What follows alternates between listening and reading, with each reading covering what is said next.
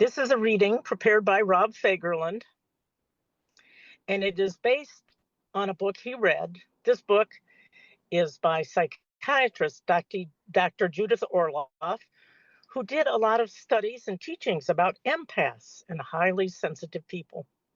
So the name of this book is The Highly Sensitive Rabbit by Judith Orloff and Jennifer Adams.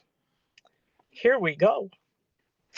High in the Sonoran Desert, which is in the southwestern United States, where crickets chirp, cactus grow, and the stars shine bright in the blackness of the night sky, there lived a tiny desert cottontail named Aurora. Aurora loves the beauty of the desert. She loved the prickly cactus that bloomed in wild colors in the spring. She loved the warmth of the sun beating down on the sand in a quiet afternoon. She loved the smell of sagebrush in the air after a rainstorm. She especially loved the peace of the moon rising. Aurora's mother was worried about her. "You spend so much time alone," she said. "Go play with your brothers and sister." But Aurora's brother and sister were rough and tumble rabbits. "Do we have to play with her?" Clover, Moonbeam, and Ash asked. "She cries all the time."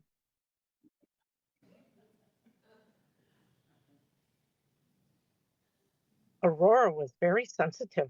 When all the cottontails were bundled together in the hollow, it was too much for her. She could feel what everyone else was feeling, and it exhausted and overwhelmed her. And when the rabbits heard a coyote howl, they burrowed deeper in their hole and shivered in fear. Aurora was afraid too, but she wondered what the coyote was thinking and if he was lonely and what he was afraid of. One day, when Aurora and her siblings were looking for grasses to eat, the sky suddenly darkened. "Flash, flood," yelled Clover. "Run for higher ground," cried Moonbeam. "Wait for me," called Ash. As their siblings ran, Aurora sat frozen.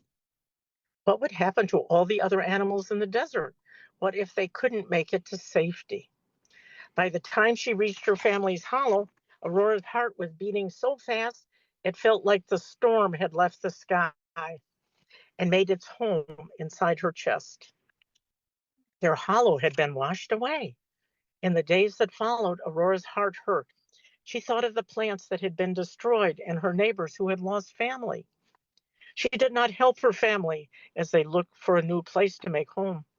"Why doesn't she pull herself together?" Clover whispered to Moonbeam and Ash one day. One day, Aurora wondered aloud what she could do.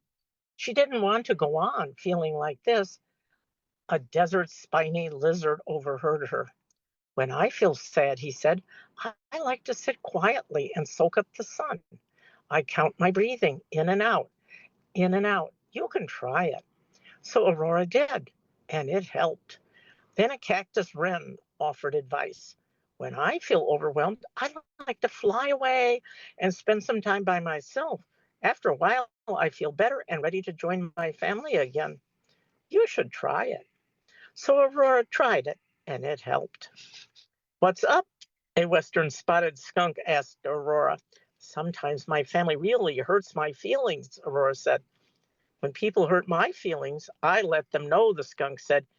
"It's called setting boundaries. You should try it."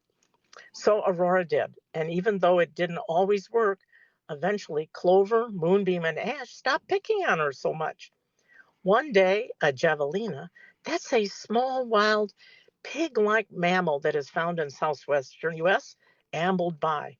"You know," she said, "I'm sensitive like you.